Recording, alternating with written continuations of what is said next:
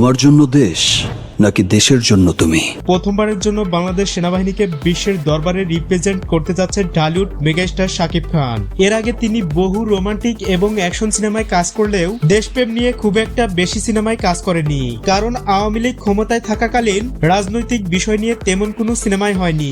দেশের প্রেক্ষাপট সিনেমার মাধ্যমে তুলে ধরা হলে তা সেন্সরে আটকে দেওয়া হতো। সে যাই হোক, 2026 সালে আসতে যাচ্ছে শাকিব খানের বিগ ধামাকা। প্রিয় ভিউয়ার্স, সোলজার নিয়ে আপনারা কতটা এক্সাইটেড কমেন্ট বক্সে জানাতে ভুলবেন না।